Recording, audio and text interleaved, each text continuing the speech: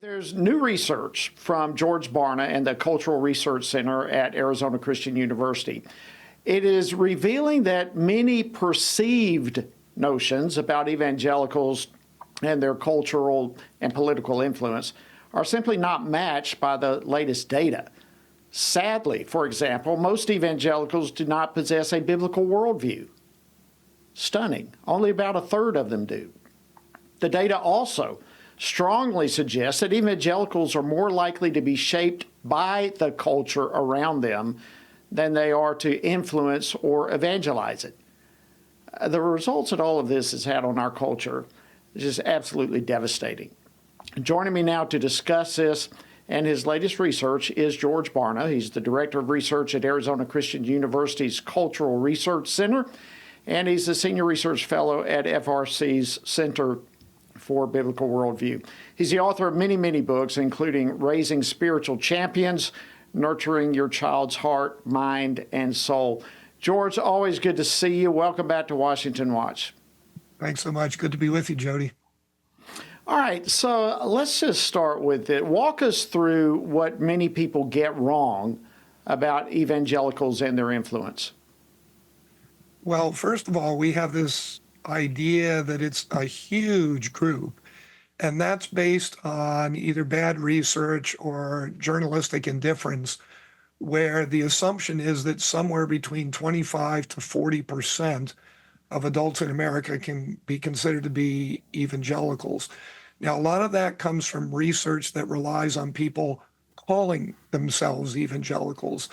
Our research tends not to take people at face value with those kinds of labels.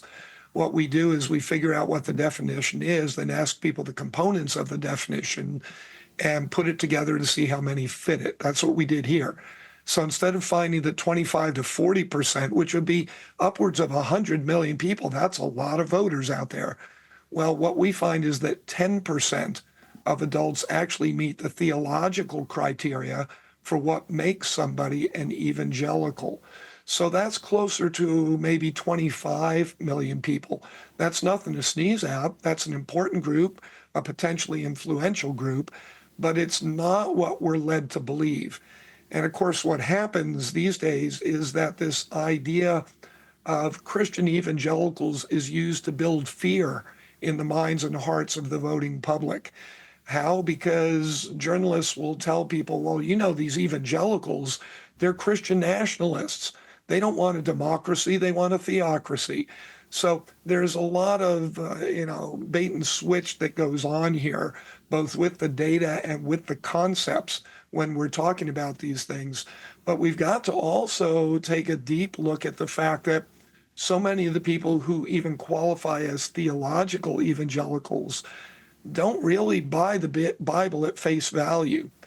Many of their beliefs are not consistent. Now, many are. I'm not saying it's a lost cause or they're bad people, but there's a lot of misinformation in the minds and hearts of people who, even when you define them theologically as evangelicals, they're not buying into what the Bible teaches and they're not living it out. Wow. Is it fair to say, George, and I think it is, I want to put this out there to you, that basically the study found that many evangelicals perhaps get the big picture of Christianity, but they struggle in the sense of trying to apply those core principles of the Bible to everyday situations. They're too often victims of catchy slogans, of feel-good behaviors as promoted by our culture in which we live. And all of that, of course, is propelled by a secular worldview. So how does all this play out in practice? Is that an accurate description? I think it's a very accurate description, Jody, and it's one of the things that the data supports. And so when we look at what evangelicals do and believe, yeah, they get some of the big picture things that the Bible teaches. And so they'll believe in the biblical notion of God. They will believe that God is the basis of all truth. They'll believe that the purpose of life is to know, love, and serve God with all their heart, mind, strength, and soul. They believe the universe was created by God. They believe in the reality of Jesus Christ, that he lived on earth. They believe that Satan exists. So they get those things. But once you get away from those kind of Sunday School 101 teachings, that's where things get pretty murky. And so when we start talking about the nature of moral truth, when we start talking about the application of moral truth, when we start talking about our responsibility to other people in terms of sharing the gospel, what is the gospel? Did Jesus live a sinless life? These are things that don't get talked about quite as much in our churches. And those are the kinds of issues that relate to not only our lives, but also the political issues of the day. When we look at issues such as abortion, transgenderism, and so forth, that's where evangelicals really struggle to make the connection between biblical truth. Who am I in America, and what's my influence supposed to be here if I'm trying to honor Christ and advance his kingdom? So there's a degree of, I want to be a little careful in using this word, but I'm gonna use the word theology. There's a degree where their theology comes from the Bible, but taking that theology into the world is a different matter altogether. In fact, within a spiritual realm, the Bible's fine theologically, but you get outside of the church setting, and all of a sudden they're being more influenced by the world, by the news that they watch, by politics, or whatever other competing worldviews. Is that what you're saying? Yeah, that's accurate. And I think, if you want to ask, well, so what are some practical applications or implications of that? We could talk about things like the fact that, shockingly to me, theologically defined evangelicals, that 10% that pretty much gets it theologically, biblically, well, they're not willing to talk to other people who hold different political opinions from them. In fact, I think it was about 80 different segments of the population that we looked at, theological evangelicals were toward the bottom, if not at the bottom of that list of people who are willing to enter into discussions with people who believe differently than them about political and social issues. Now, that's a far cry from what we always hear about evangelicals, that they're going to be in your face, they're going to be quoting scripture, they're going to be talking about what the Bible teaches. Our data is showing, well, things have changed over the last 40 years. That's not what theological evangelicals are like anymore, if they were that way previously. We even look at voting, and we find that upwards of a third of them, more than a third of them, are not likely to vote currently in this upcoming election. Variety of reasons behind that, but the point is, where we looked at the last two elections, and to take another group that we look at, Sagecons, well over 90% of Sagecons voted in each of the last two elections. Evangelicals, not close to that number. So we've got issues there. Or even simple things that people may never know about. You doing things like boycotting products or services that support a progressive ideology. Most evangelicals aren't willing to do that. So these are some of the ways where, we look at what is the reality of evangelicalism in America today, far different than the fear mongering going on in the journalistic realm related to evangelicals, but also perhaps pretty far removed from what many of our pastors and church leaders think is happening with evangelicals. And part of that, frankly, may be because we also found that most evangelicals don't even attend what's usually thought of as being an evangelical church. They attend other kinds of churches. All right, so you're going down this pathway. So let me ask this: if evangelicals, professing evangelicals, so many of them really don't have a biblical worldview, and they are not being salt and light in their communities, their world, they're not evangelizing. Did your study in any way determine what kind of impact that is having on our current culture and society? Well, yeah, it goes back again to the fact that the media now have become the evangelists of America. rather than disciples of Jesus in that evangelical movement going out and doing everything they can to share the love and the saving grace of Jesus with lost sinners, what's happening is evangelicals frequently are taking their cues from the media, but so is everybody else, because there's now an evangelistic vacuum in American society. Listen, if the followers of Jesus aren't willing to go out and talk about him, who's going to do it? Pastors tend not to do it as much as they used to from the pulpit. Now we've got the believers themselves not doing it.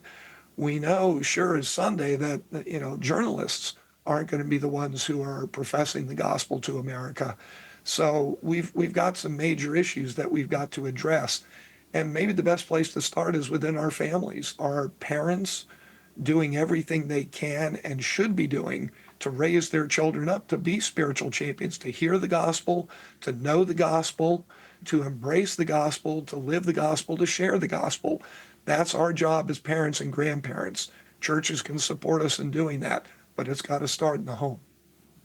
Well, I tell you, it's indescribably frightening to think that the media has become the new evangelists in America. Where that ultimately takes us is a horrifying thought.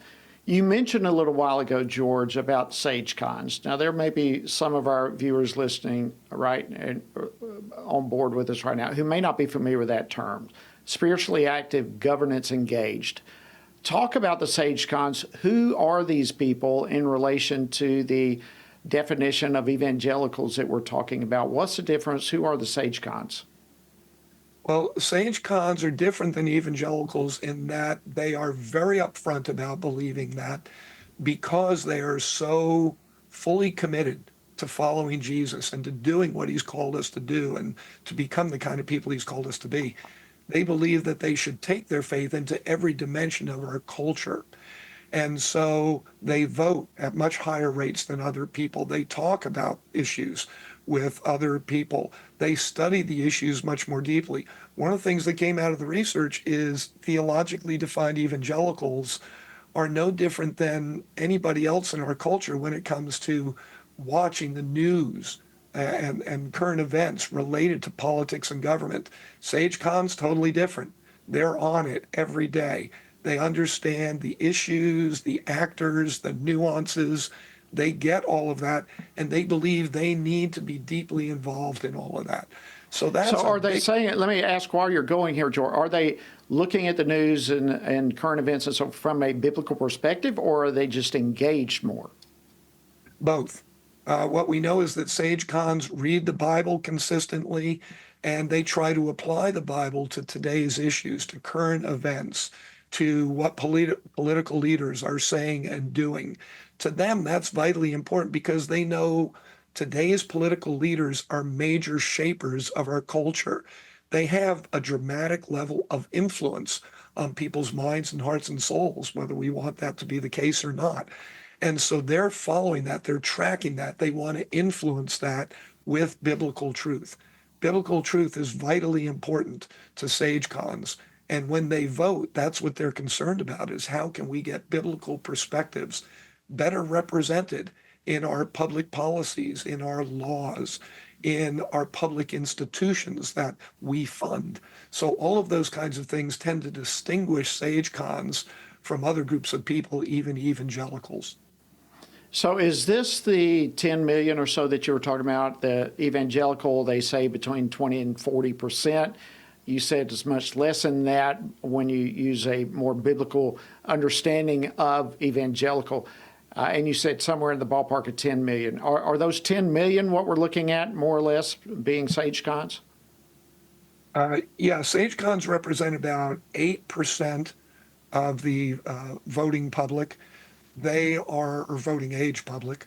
That represents in our culture close to 20 million individuals. Evangelicals at 10% would represent close to 25 million individuals or so, but there's not a one-to-one overlap. That probably used to be the case 30, 40 years ago when I started doing all these kinds of measurements. There was a much deeper overlap between evangelicals and Sagecons. But now there's a growing distinction between those two groups. And frankly, a lot of it is because theologically, evangelicals are not buying everything that the Bible has to sell. They're not willing to represent the kingdom of Christ with power and authority and confidence and consistency in the way that they used to.